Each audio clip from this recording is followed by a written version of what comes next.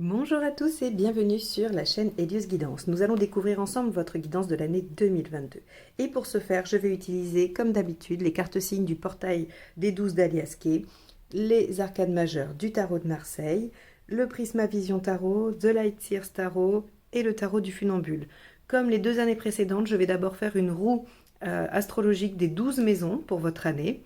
Ensuite, on passera avec 3 cartes pour chaque mois. Une carte qui nous donnera l'événement principal ou en tout cas la tendance du mois, une carte qui nous donnera un conseil et une autre carte qui nous donnera un résultat possible, un fait, une action ou une ambiance possible pour ce mois. Donc pour ce faire, je vais utiliser tous ces tarots dont vous trouverez les liens juste en dessous dans la vidéo si vous voulez vous les procurer ou aller les voir de plus près. Cette année, je vous proposerai des formations au tarot sous différentes formes. Des formations aux arcades majeures uniquement, à l'endroit, à l'envers, des formations aux arcades mineures. Je ne manquerai pas de diffuser les dates dans les introductions de mes prochaines vidéos tous les mois. Je vous avertirai suffisamment à l'avance qu'il y a une formation d'ouverte et que les inscriptions sont donc possibles à partir de ce moment-là. Donc voilà, pour l'instant, il y en a une de prévue sur le week-end du 26 et 27 février, me semble-t-il. C'est une formation arcade majeure à l'endroit pour travailler le tirage en croix et être en capacité à la fin de ce week-end de formation de répondre à pratiquement toutes vos questions. Donc voilà, cette année il y en aura plein d'autres. Je n'ai pas encore défini les dates, mais ça viendra. Je voulais remercier également tous les abonnés, profiter de cette fin d'année pour vous remercier tous, également ceux qui ont souscrit à la chaîne pour me soutenir. Et bien évidemment, si ce n'est pas encore fait, je vous encourage à cliquer sur le bouton abonner qui se situe en bas à droite si vous appréciez mes vidéos, car ça soutient la chaîne, ça lui permet une visibilité et ça m'encourage à continuer. Je le rappelle, ce sont des guidances qui ont pour objectif de vous donner des pistes de réflexion quant aux événements qui traversent votre vie. Elles n'ont pas d'autre ambition. C'est vraiment important, à mon sens, que une guidance puisse vous permettre de vous positionner par rapport à des événements. Parfois, quand ils arrivent, on est un peu pris de court, on ne sait pas trop, et d'entendre quelque chose qui va vous parler de ça, qui va peut-être donner des conseils ou des pistes de réflexion, ça peut aider à prendre de la distance, et en tout cas, c'est l'objectif de mes guidances. Je sais par plein de retours, de commentaires, de messages, de mails, que ça a aidé un bon nombre de vous cette année et j'en suis ravie. Je vous remercie vraiment pour tous ces retours. Je vous remercie pour vos gentils messages, vos commentaires. Je vais vous souhaiter une année 2022 aussi bonne que possible au vu des circonstances actuelles, mais il n'y a pas de raison qu'il y ait aussi des belles choses qui se passent dans cette année pour chacun de nous individuellement. Donc, écoutez, voilà, j'espère vous retrouver tout au long de cette année au travers des guidances mensuelles, comme l'année précédente. Et pour les nouveaux, je vous souhaite bienvenue parmi nous. Allez, c'est parti, on y va pour votre guidance. Allez les béliers, c'est parti pour votre roue astrologique de 2022.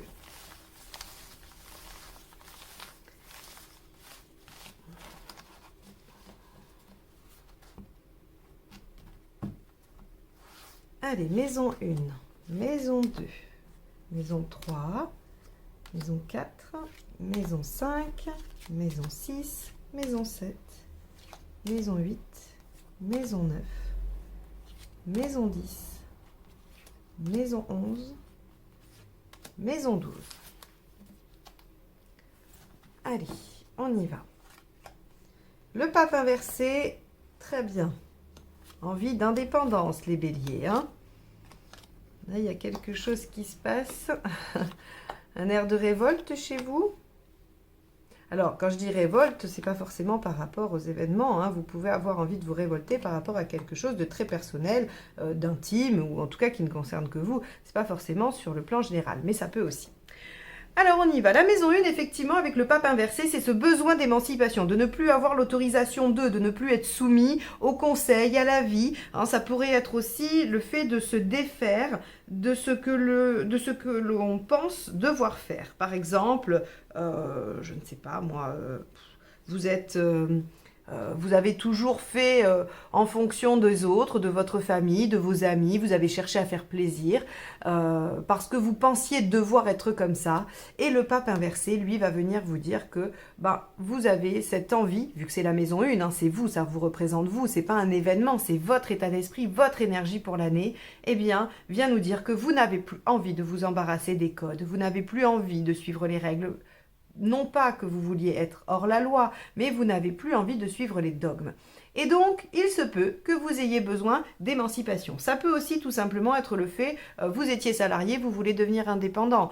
Vous étiez en couple, vous voulez vous libérer d'un couple qui, par exemple, ne vous satisfait pas ou ne vous permet pas de vous sentir heureux. Quoi qu'il en soit, votre énergie sera à prendre l'indépendance dans un domaine ou un autre.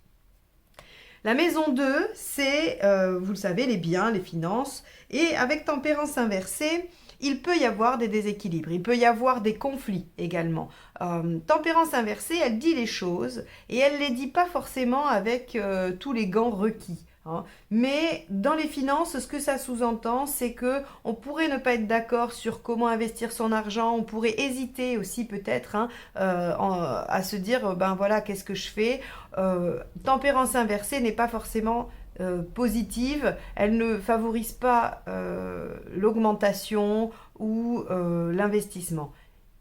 Il n'empêche qu'elle a quand même un côté assez intéressant, il me semble, avec le pape couplé au pape inversé, parce que tempérance, elle fait ce qu'elle veut. Elle arrête aussi de faire des compromis. Donc, il se peut que vous arrêtiez de faire des compromis qui ne vous arrangent pas, qui vous bloquent par rapport à l'argent. Hein, ça pourrait être quelqu'un qui a peur de manquer, qui a tendance à mettre de l'argent de côté et à ne pas faire de projet parce que la peur de la sécurité est là. Eh bien, avec tempérance inversée, on peut avoir ça également. Donc, soit une certaine instabilité, un certain déséquilibre dans les finances, des conflits possibles peut-être ou des désaccords possibles sur la façon d'utiliser l'argent, mais également aussi le fait de l'utiliser pour ce dont on a envie sans plus faire de compromis ou sans trop se priver.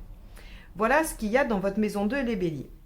Maison 3, la maison 3 va représenter la famille proche ou on va dire les personnes que vous avez au quotidien, que vous croisez au quotidien. Avec la roue de fortune inversée, on a quelque chose ici qui n'avance pas.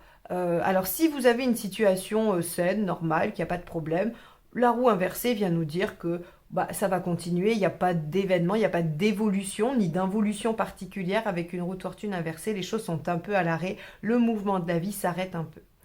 Si vous êtes dans quelque chose qui ne vous convient pas, ce que la roue de fortune inversée nous dit, c'est qu'il va falloir s'adapter parce que les choses ne vont pas tout à fait évoluer positivement, ou en tout cas, elles ne vont pas évoluer, ni dans un sens ni dans l'autre. On a aussi, bien évidemment, avec la roue de fortune inversée, la notion des schémas répétitifs, des choses qui reviennent sans cesse et que l'on recommence. Alors ça peut être avec un frère, une sœur, des parents. Il peut y avoir effectivement des schémas relationnels qui reviennent. On n'est pas sur la question du conjoint ici, d'accord? Donc c'est pas forcément dans les histoires amoureuses, ça serait plutôt dans vos relations quotidiennes et avec la famille. Donc ici, si vous voyez que les choses n'avancent pas de ce côté-là, effectivement, la roue de fortune inversée vous indique qu'il faut vous adapter, qu'il faut un peu lâcher du lest sur ces difficultés-là. Le message positif de la roue de fortune inversée, c'est qu'il faut du temps pour démêler les situations et que ce temps-là, il est incompressible. Et donc, on vous dit, c'est pas que la situation va s'empirer ou qu'elle ne va jamais s'améliorer, c'est juste qu'aujourd'hui, ce n'est pas possible et on vous demande d'être en accord avec ça, d'être tranquillisé avec le fait d'attendre que les choses finissent par s'enclencher, mais pas forcément grâce à vous ou pas forcément parce que vous aurez fait une action particulière. Les choses doivent prendre un temps d'évolution qui leur est propre et qui leur incombe et qui n'est pas en votre pouvoir. Alors je sais bien, on dit que les choses sont toujours en notre pouvoir. Oui, effectivement, quand elles dépendent de nous. Dans la relation, les choses ne dépendent pas que de nous. Nous avons 50% de responsabilité dans une relation. C'est-à-dire que malgré tous les pas que l'on peut faire, si l'autre en face ne les fait pas ou n'est pas disposé à les entendre, eh bien, tous vos efforts seront vains. Et la roue de fortune inversée, c'est un petit peu ce qu'elle nous dit. Il ne faut pas chercher à se battre contre des moulins. il faut peut-être attendre un peu, les choses vont finir par se tasser. Ce n'est pas une carte si négative que ça, elle vous dit juste qu'il faut patienter cette année 2022. Visiblement, ce n'est pas le moment où les choses vont se régler, où elles vont pouvoir avancer de manière flagrante. Ici, en maison 4, on a le pendu inversé. La maison 4, c'est le foyer. Alors, si vous avez une famille, conjoint et enfants, ça concerne ça. Si vous êtes célibataire et que vous vivez seul, c'est votre chez vous ou c'est votre intériorité à vous. Et là, regardez, le pendu inversé, ce qu'il nous indique, c'est qu'il y a des choses qui vont se débloquer. On va avoir des libérations. Le pendu inversé débloque des situations presque magiquement. On ne sait pas trop bien ce qui est venu agir pour que ça se débloque, mais c'est pas grave, on est satisfait que ça se débloque. Peut-être aussi que c'est grâce à une posture différente. Le pendu, quand il est à l'endroit, vous demande de prendre un peu de distance et de voir les choses sous un autre angle.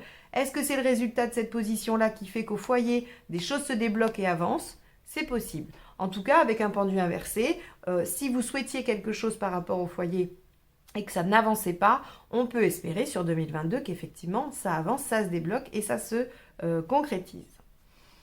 Sur la maison 5, on a l'empereur inversé. Alors, la maison 5, elle est vaste. Elle va nous parler à la fois des loisirs, mais aussi des enfants, mais également des amours. Alors, bon, c'est variable. Enfin, c'est vaste.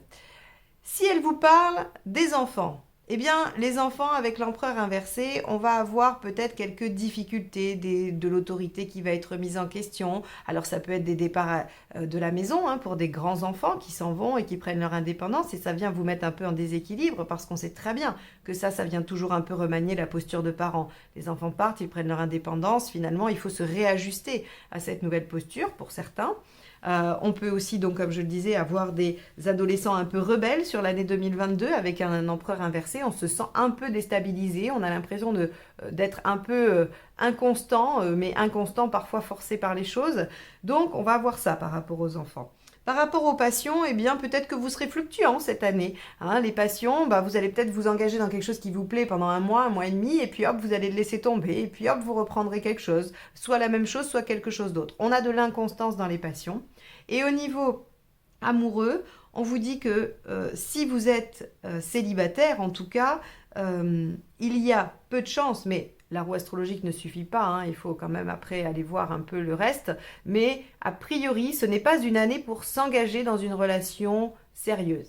Alors, ça, c'est si vous êtes en relation et que vous attendez de vous engager, on nous dit que 2022 n'est peut-être pas l'année où ça va le plus fonctionner. Si vous êtes célibataire et que vous attendez une rencontre avec quelqu'un pour une relation pérenne et durable, ce n'est pas non plus la meilleure année. Maintenant, ce n'est pas parce que le contexte n'est pas hyper favorable que ce n'est pas non plus possible ou complètement interdit. Donc, a priori, le contexte n'est pas favorable à la stabilité, à la continuité et à l'ancrage. Voilà. La maison 6, le jugement inversé. La maison 6, c'est le quotidien. C'est ce que vous faites tous les jours. Alors, ça peut être votre métier actuel, ça peut être vos activités quotidiennes. Avec le jugement inversé, on a de la nouveauté. On a quelque chose qui change radicalement, visiblement. Alors, quand je dis changer radicalement, c'est ce que dit l'arcane 13, mais avec le jugement inversé, on ouvre une nouvelle page. C'est-à-dire qu'on laisse le passé derrière soi, on fait quelque chose de nouveau, et donc forcément, quand on fait quelque chose de nouveau, il y a un changement qui se fait. Donc, sur le quotidien, vous devriez pouvoir modifier des choses. Ça veut dire que vous pourriez déménager, que vous pourriez changer de boulot, que vous pourriez revoir votre façon de vivre, votre mode de vie, une alimentation différente, des activités sportives alors que vous n'en faisiez pas ou inversement. On peut avoir toute modification du quotidien avec le jugement inversé. Il va y avoir une nouvelle page dans votre quotidien, donc quelque chose de nouveau qui va s'instaurer. Et ça, c'est très bien. Alors, à la maison 7, on a la papesse. Donc, la maison 7, c'est celle qui représente les autres, le conjoint, mais aussi votre entourage ou tous les autres, votre rapport à l'autre. Et avec la papesse, on voit que vous allez être plutôt silencieux, secret. Vous allez chercher à comprendre les choses, mais vous n'allez pas forcément aller au-devant. Vous n'allez pas être dans l'action par rapport au conjoint ou aux autres.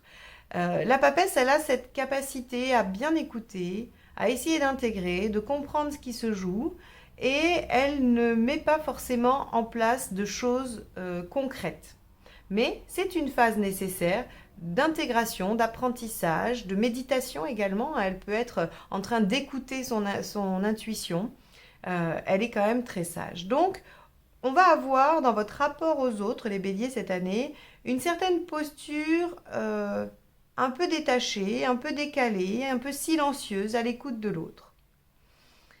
Dans la maison 8, nous avons l'étoile inversée. La maison 8, c'est un petit peu ce que vous avez à travailler. Moi, en tout cas, c'est comme ça que je le prends.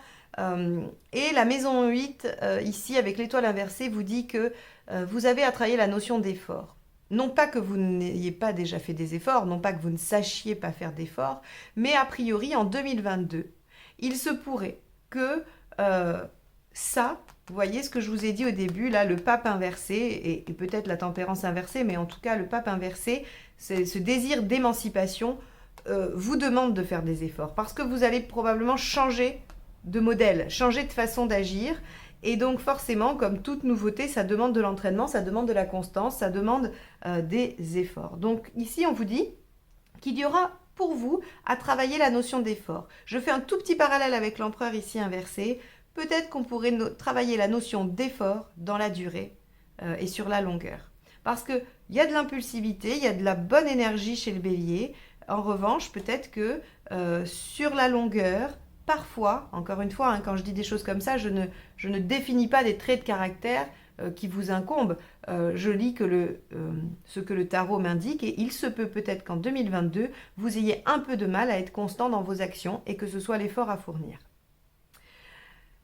Maison 9. Alors, maison 9, c'est les voyages, aussi bien intérieurs, la méditation, la projection, que les voyages réels. Avec un arcane 13 ici, on peut imaginer qu'il va y avoir des choses qui vont s'arrêter.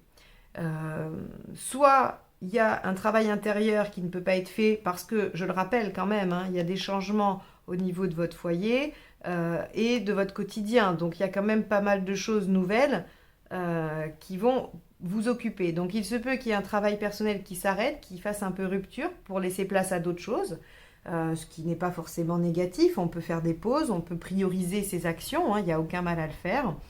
En tout cas, il y a des choses qui changent. Maintenant, si c'est les voyages réels, si par exemple vous aviez l'habitude de voyager beaucoup, alors même si on sait que depuis 2 ans c'est très compliqué, mais peut-être que vous aviez l'habitude de vous déplacer beaucoup pour une raison X ou Y, il se peut que ce soit un peu arrêté ou qu'en tout cas les modalités de ces déplacements changent radicalement. La maison 10, avec le battleur inversé, nous dit que dans votre carrière, il y aura de la fatigue, il y aura besoin de se reposer. Ce qui n'est pas vraiment étonnant parce que si jamais le jugement devait s'exprimer au regard de la vie active, hein, de votre vie professionnelle avec ce nouveau changement, ça peut venir puiser pas mal de choses, pas mal d'énergie, et vous pourriez vous sentir un petit peu fatigué. Il y a comme une usure. Alors, 2 interprétations possibles, puisque cette roue astrologique, elle nous parle de l'année. On pourrait dire que dans l'année, vous allez vous sentir épuisé, avec envie de faire un break, envie de changement, et donc vous allez vous réorienter vers quelque chose de nouveau, parce que vous voulez vous émanciper et vous allez prendre des risques.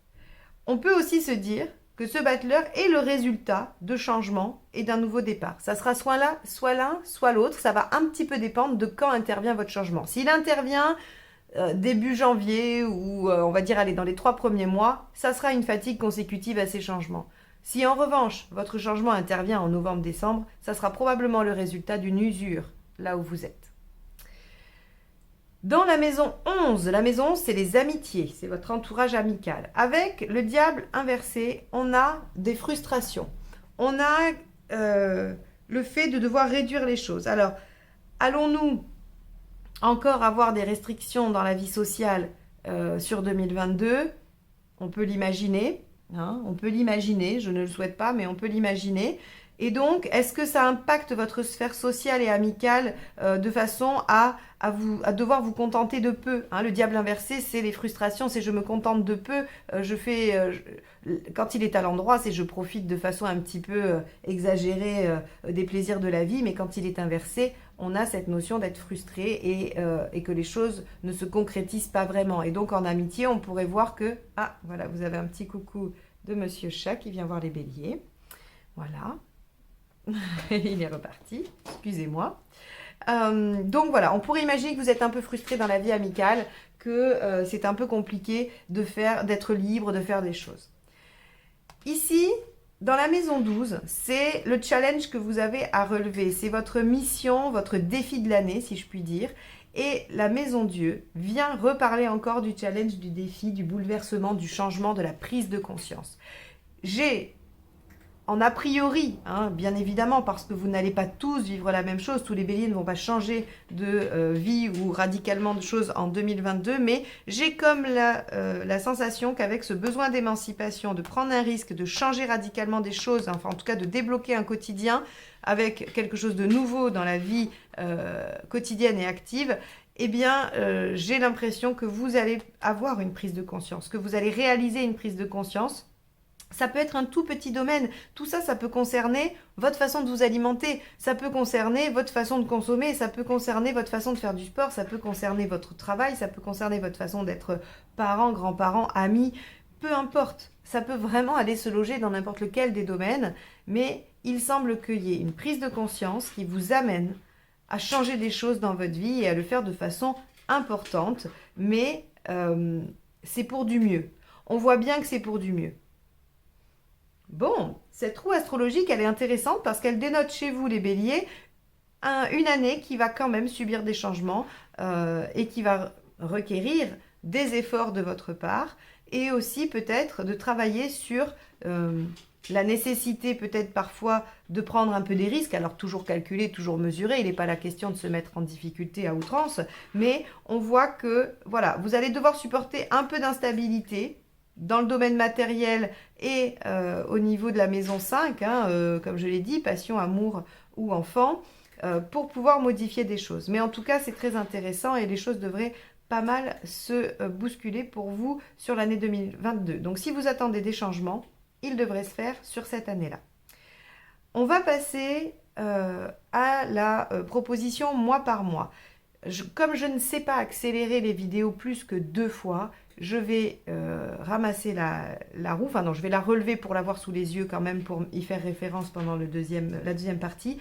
Je vais tirer les cartes et je vous reprends ensuite. Je vais couper la vidéo sur le mélange des cartes et le tirage parce que sinon ça sera trop long. Donc je vous dis à tout de suite. Alors voilà, bon, j'ai fait donc les 3 tas. On y va. Allez, janvier. Janvier, on va essayer de faire comme ça. On va voir si ça passe. J'essaye. Janvier, on a la tour, la maison Dieu, le 6 d'épée et le cavalier de pentacle. Alors en janvier, avec la tour, évidemment, il y a un événement inattendu qui devrait arriver pour vous. La tour, c'est vraiment quelque chose qu'on ne peut pas anticiper. C'est soudain. Ça vient alors que vraiment on ne l'attend pas, mais ça peut être effectivement négatif, mais ça peut aussi être quelque chose de positif. Ça peut être une heureuse surprise, un heureux changement qu'on n'attendait plus, qu'on n'attendait pas. En tout cas, ce qui est sûr, c'est qu'après la tour, il y a forcément du changement. Il y a forcément quelque chose qui se modifie. La tour vient probablement bousculer quelque chose qui allait finir par s'écrouler ou voilà, ne pas tenir debout si on continuait dans cette direction. Donc la tour est finalement, même si elle est mal vécue, elle est finalement toujours salutaire. Salutaire parce qu'elle vous permet d'arrêter de vous induire en erreur, de poursuivre dans un chemin qui n'est pas le bon. En tout cas, il est conseillé de voir la tour comme cela, même si parfois elle amène des situations un peu difficiles. Le 6 d'épée en conseil, il vous dit de vivre ça comme une transition, d'essayer de... parfois, quand il y a quelque chose qui bouleverse, on peut avoir tout naturellement une réaction de déni. On se dit que non, que ce n'est pas ça, et on essaye de retourner à l'état d'avant.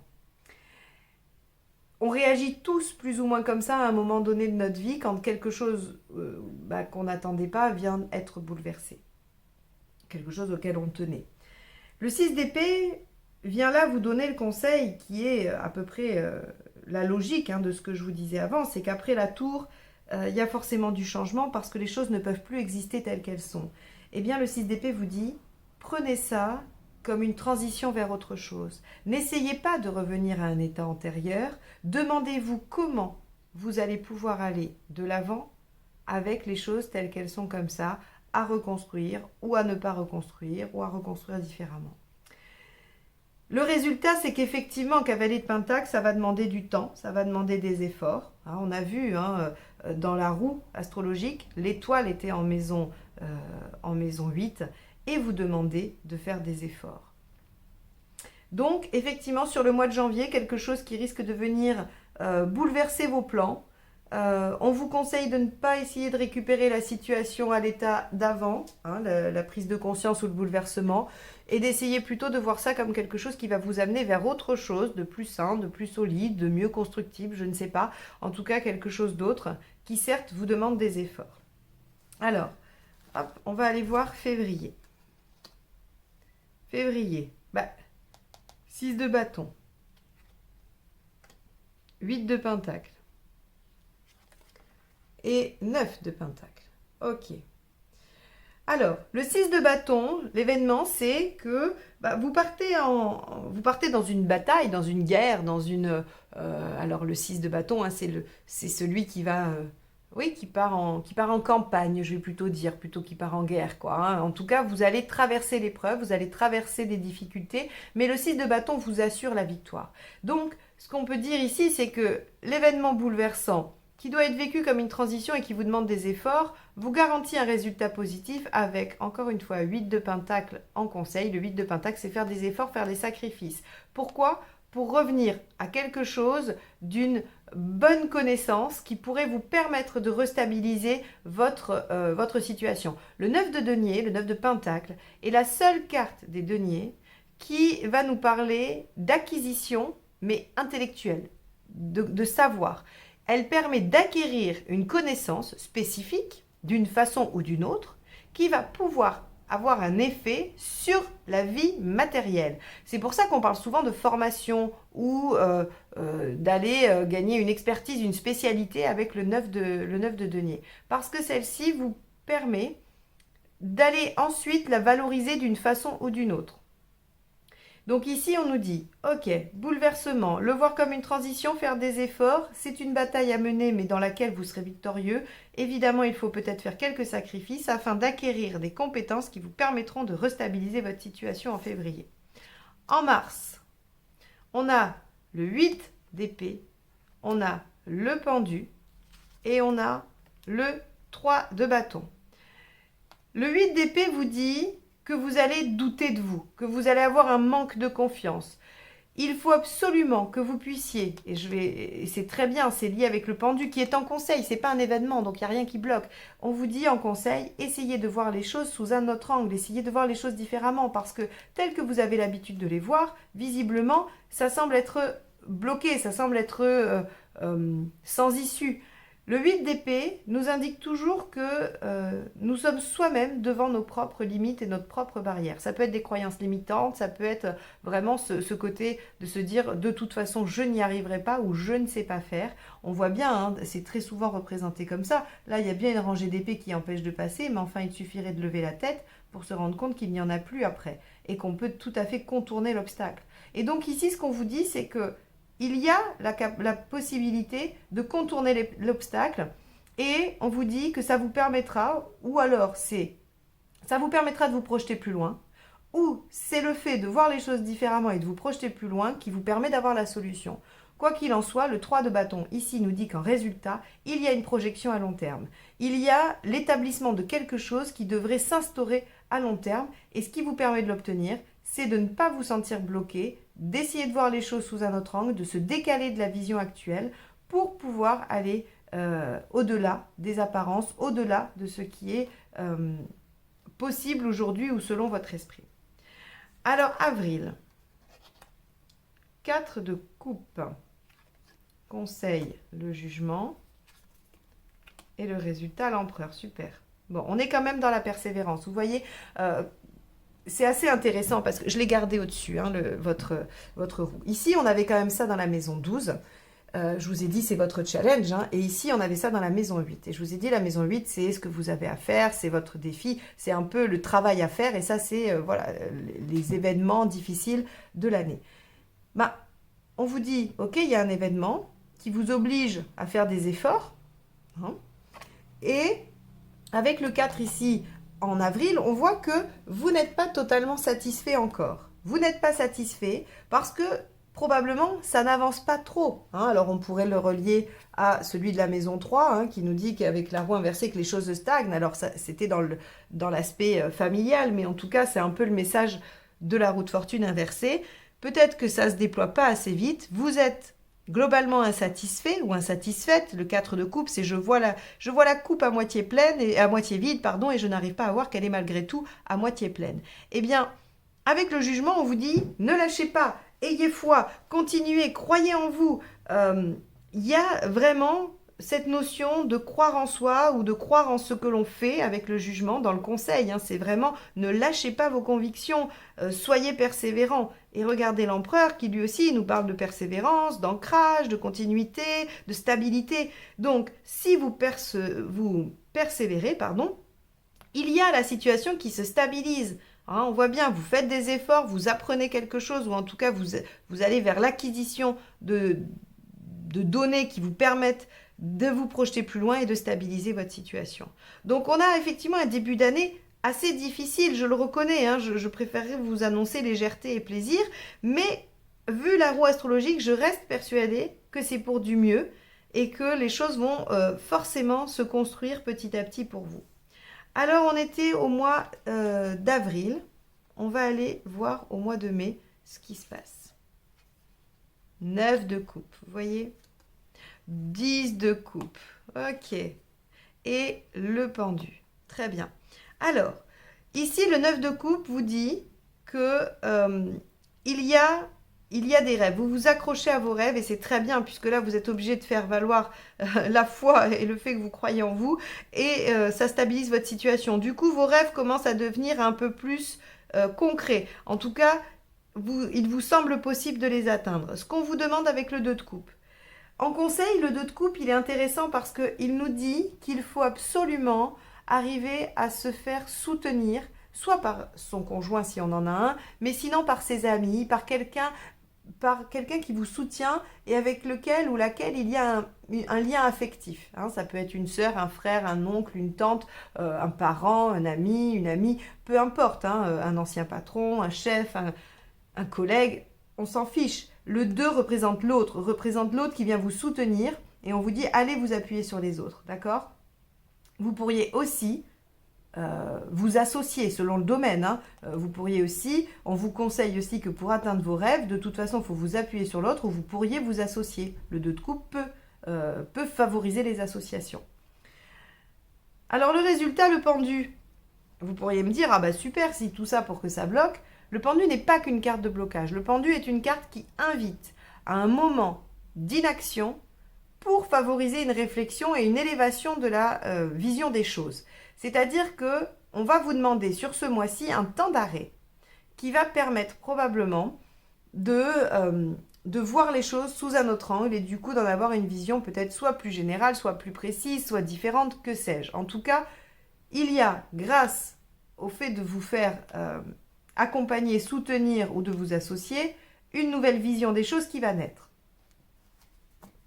Alors, on était à mai, hein, janvier, février, mars, avril, mai, juin. Le 2,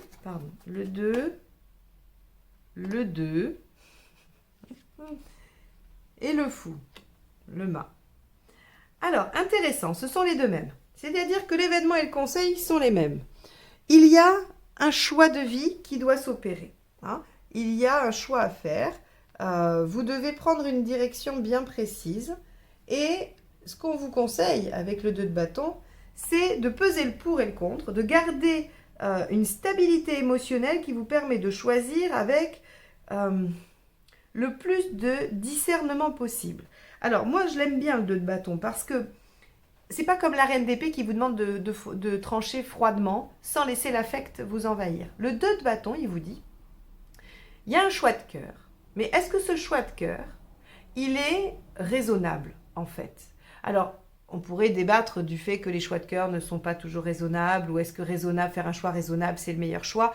On peut en débattre, il n'y a pas de souci. Mais ce que j'aime bien dans le 2 de bâton, c'est qu'il dit « Essayez de trouver un équilibre émotionnel qui vous permette aussi d'entendre le mental et de trouver la solution, de prendre la décision qui est le plus en accord avec votre besoin émotionnel et vos besoins qui sont peut-être plus pragmatiques, plus concrets. » Donc ici on nous dit bien en juin, il sera temps de faire un choix. Et c'est magnifique parce que ce choix-là, il vous amène à quoi? Il vous amène au fou, la libération, la nouvelle page, le départ à l'aventure. Avec le fou, on démarre quelque chose de nouveau. Et regardez ce que je vous ai dit, maison 1, le pape inversé qui parle d'émancipation. On avait dans le travail, ou en tout cas la maison 6, le jugement inversé qui parlait de nouvelles pages de vie, de nouveaux départs innovants. Ici, on a le fou. Ça risque de se passer vers le mois de juin. Quelque chose en début d'année vient bouleverser la donne, vous demande des efforts pour restabiliser les choses et un choix de vie doit se faire en juin. Bon, intéressant. On va aller voir au mois de juillet. L'étoile, parfait. Le cavalier d'épée et le page de bâton. L'étoile ici nous dit qu'il y aura une opportunité, un coup de chance, quelque chose qui viendra d'ailleurs, qui viendra pour vous aider, pour vous soutenir. L'étoile, c'est vraiment le coup de pouce du destin. C'est la bonne rencontre, c'est être au bon endroit au bon moment. Donc, au mois de juillet, cette chance-là, cette opportunité, qu'est-ce qu'on vous conseille de faire? Chevalier d'épée, c'est de saisir cette opportunité, de ne pas tergiverser, de ne pas trop réfléchir. Il va falloir foncer. Le roi d'épée, c'est le plus rapide. C'est celui qui va faire les choses avec le plus de... j'allais dire de passion, non. Mais avec le plus de fougue en tout cas. Il y va à fond, il est rapide, il est vif, il réfléchit rapidement, il sait où il va, il a une bonne stratégie, une bonne analyse. Il est très très vif d'esprit. Donc ici, on vous dit, le conseil, c'est de réagir très vite à cette opportunité. L'effet, page de bâton, ça vous fait modifier quelque chose. Le page de bâton, c'est prendre conscience que j'ai quelque chose à modifier dans mon comportement. Donc ici, vous avez pris un nouveau départ, une opportunité vous permet de prendre la bonne direction, de modifier ce qui était à modifier pour réajuster. C'est parfait. Donc au mois de juillet, un réajustement, mais un coup de bol. Août, reine de coupe, cavalier de pentacle, 10 d'épée. Ok.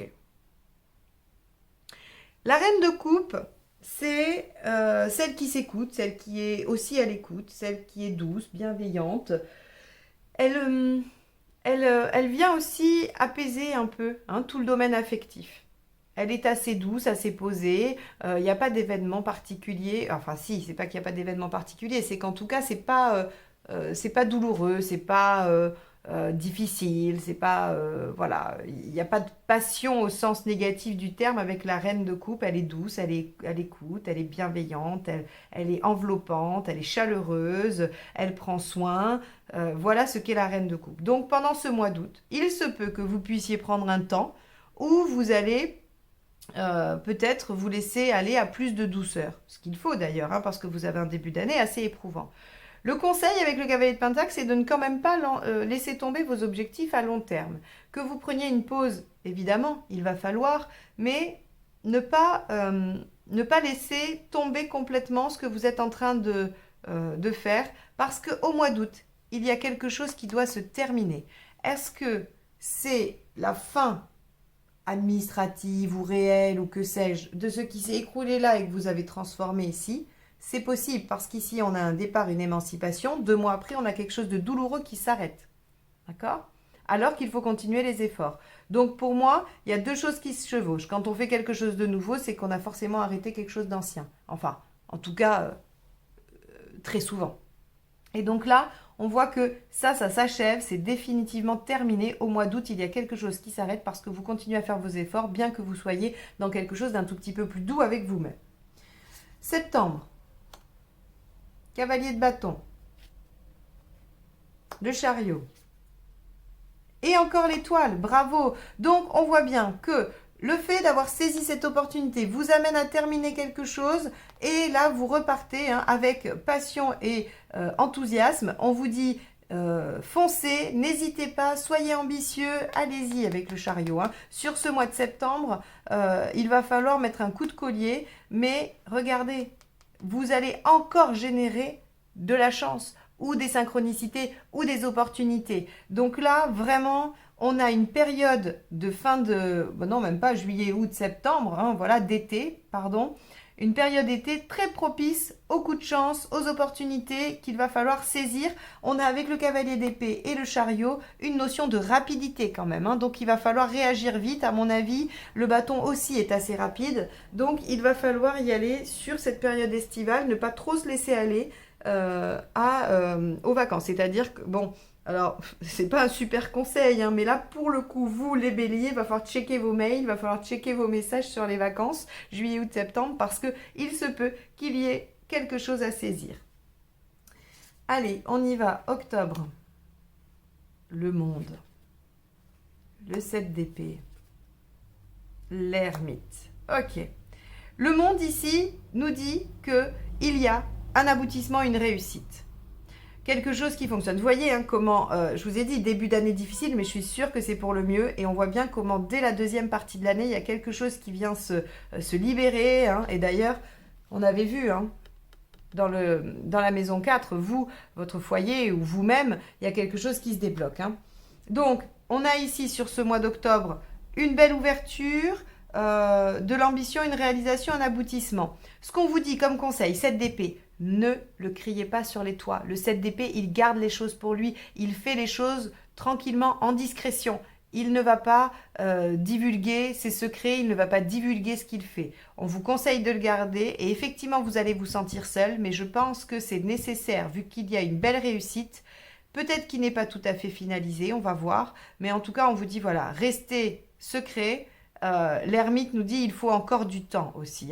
Ce que l'ermite nous évoque là, peut-être que c'est effectivement que vous allez vous sentir seul si vous ne pouvez pas le partager, mais surtout qu'il faut patienter. Il y a une réussite qui demande encore du temps pour être peut-être ancrée, entérinée. Novembre. Arcane 13. Les amoureux. La justice. Alors là, encore une fois, à mon avis, une décision à prendre pour changer quelque chose encore radicalement. C'est pour ça, peut-être qu'on vous dit de garder les choses secrètes, il y a encore des choses à modifier probablement. Sur le mois de novembre, là, il y a une rupture, un arrêt, une séparation ou une transformation. Ça peut être l'un de tout ça. Ça, on vous dit, ok, quelque chose doit s'arrêter, quelque chose doit se terminer ou se transformer. Les amoureux, ici, vous demandent de faire un choix, de vous positionner, de vous engager dans ce choix et de le faire avec le cœur. Et la justice vous dit, vous tranchez. C'est pour ça que je prends cette notion de choix, parce que les amoureux et justice nous parlent de trancher, de décider, de s'engager.